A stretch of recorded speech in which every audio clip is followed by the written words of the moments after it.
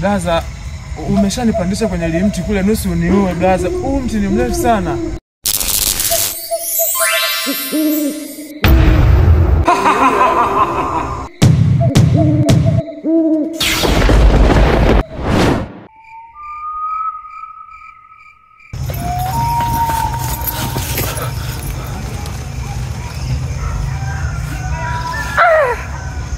Jamani, msitu tumefuata bali Dani kapotea. Haitakiwi nikate tamaa. Natakiwa nijue jinsi ya kumpata Dani na jinsi ya kurudi na mali nyumbani. Nafanyeje sasa? Nimebaki peke yangu, msitu mkubwa hivi, nafanyeje sasa?